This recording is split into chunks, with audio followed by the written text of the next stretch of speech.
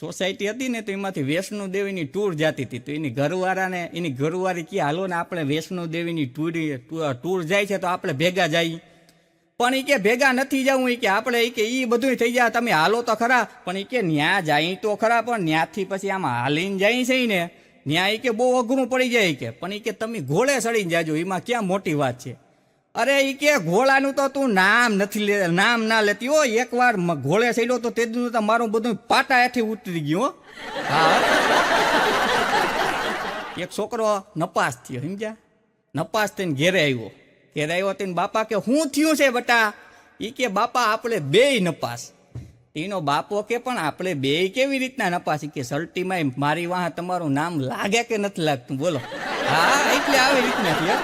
હા, એક છોકરાને એના બાપાએ પૂછ્યું કે બટા તારી ઉંમર કેવડી થઈ છે? તારી ઉંમર કેવડી થઈ? કે બાપા મને જાજી તો કંઈ ખબર નથી, પણ હવે પૈણા જોગો થઈ ગયો છે એવી ખબર છે બોલો. હા, એક જણો કે આ શાયરી બોલતો હતો. મેં કીધું શાયરી હું કામ બોલી? કે આ શિયાળામાં બાજરી, ઉનાળામાં કપાસ, કે જાનુડીની યાદમાં એ કે હાથમાં નપાસ. ભૂરાભાઈ મેં કીધું એટલે તો તને શીખવું તો ભણવામાં ધ્યાન દેજે, નકર ભાઈ બધું ઊંધું વળી જાય.